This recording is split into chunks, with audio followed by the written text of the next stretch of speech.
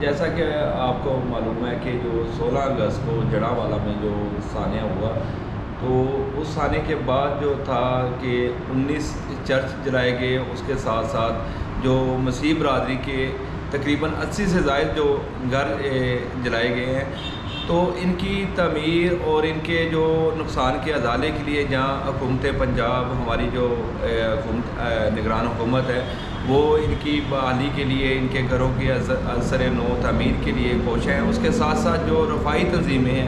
جو ہمارے ملک میں کام کر رہی ہیں، وہ بھی بڑھ چڑھ کر ان کی بحالی کے لیے سرگرم نظر آ رہی ہیں۔ تو اس وقت میرے ساتھ موجود ہیں باسط سعید صاحب، یہ تحصیل صدر ہیں یوتھ جماعت اسلامی کے۔ تو ان کے جو قائدین ہیں گزشتہ دنوں جو تھے پنجاب کے صدر آئے تھے، تو کل ان کے متوقع آمد ہے، ان کے جو امیر ہیں سراج الحق صاحب، وہ کل آ رہے ہیں اور ایک بڑے ریلیف پیکیج کا اعلان کرنے جا رہی ہے جماعت اسلامی۔ تو انہی سے پوچھتے ہیں، جی بس صاحب، آپ جو سانحہ ہوا ہے جڑاوالا کا، تو جس میں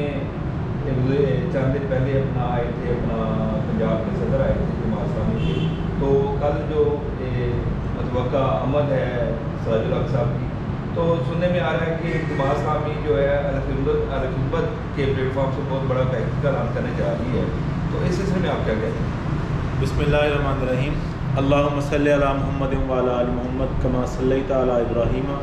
وعلی آل ابراہیم انک حمید مجید۔ اللہم بارک علی محمد وعلی آل محمد کما بارکت علی ابراہیم وعلی آل ابراہیم۔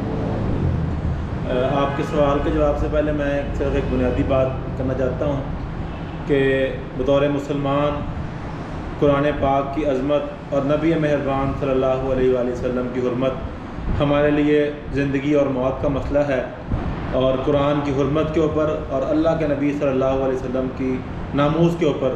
ہماری جانیں، ہمارا خون، ہماری نسلیں سب کچھ قربان ہیں، اور کوئی مسلمان یہ گوارا نہیں کر سکتا کہ اللہ کے نبی صلی اللہ علیہ وسلم کی حرمت کے اوپر ذرا سی بھی کوئی آنچ ہے۔ جڑاوالا کے اندر جو واقعہ پیش آیا ظاہر ہے اس کی بنیاد ایک توہین کا واقعہ بنی ہے، تو سب سے پہلے میں اس واقعے کی مذمت کرتا ہوں اور حکومت سے یہ مطالبہ کرتا ہوں کہ اس کی تحقیقات کی جائیں اور جو بھی اس کے مجرم ہیں ان کو عبرت کا نشان بنایا جائے، تاکہ کل کلاں کسی کو یہ جرأت نہ ہو سکے۔ اور یہ جو مختلف لوگوں کو موقع ملتا ہے انتشار پھیلانے کا، وہ بھی اسی لیے ملتا ہے کہ لوگ حکومت کی کارکردگی سے اس حوالے سے مایوس ہوتے ہیں۔ دوسری بات یہ ہے کہ خود اللہ کے نبی صلی اللہ علیہ وآلہ وسلم کی تعلیمات کے اندر اور قرآن کی جو ہے وہ تعلیمات کے اندر کسی بھی معاشرے کے اندر جو بے گناہ لوگ ہیں ان کی حرمت، ان کی جان کی حرمت، ان کے مال کی حرمت، یہ انتہائی محترم ہے۔ خود اللہ کے نبی صلی اللہ علیہ وسلم نے اس حوالے سے بڑے واضح ارشادات ہیں۔ تو کوئی مسلمان کسی ایک واقعے کی بنیاد کے اوپر بے گناہ لوگوں کو ٹارگٹ نہیں کر سکتا۔ جڑاوالا کے اندر جو واقعات پیش آئے ہیں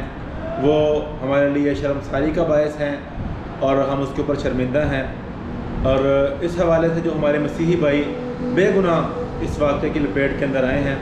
ہم بحیثیت قوم جو ہے وہ ان کے ساتھ اظہار ہمدردی بھی کرتے ہیں، اور جماعت اسلامی ظاہر ہے کہ ہر مشکل وقت کے اندر خواہ و سیلاب ہو، زلزلہ ہو، کرونا ہو، قوم کے ساتھ شانہ بشانہ کھڑی ہوتی ہے۔ تو اس واقعے کے اندر بھی ہم نے یہ فیصلہ کیا ہے کہ ہمارے جتنے بھی ظاہر ہے یہ غریب لوگ ہیں بیچارے،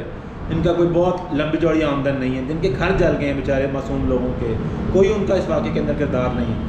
ان کو ہم ریلیف فراہم کریں گے۔ راشن کے حوالے سے، ان کی باقی ضروریات کے حوالے سے پورا ایک جائزہ لینے کے بعد کل امیر محترم انشاءاللہ تعالیٰ سراج الحق صاحب آ رہے ہیں۔ گزشتہ کل محترم جاوید قصوری صاحب امیر جماعت اسلامی پنجاب یہاں پہ تشریف لے گئے تھے،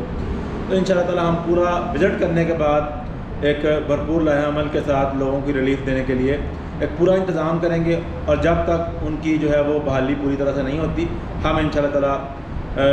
ایک مسلمان کے طور پر اور اللہ کے نبی صلی اللہ علیہ وسلم کی تعلیمات کو بروئے کار لاتے ہوئے ان کو بسانے کے لیے پورا کردار ادا کریں۔ جی ناظرین، جیسا کہ آپ نے سنا، یہ تھے باسط سعید صاحب، یہ جماعت اسلامی یوتھ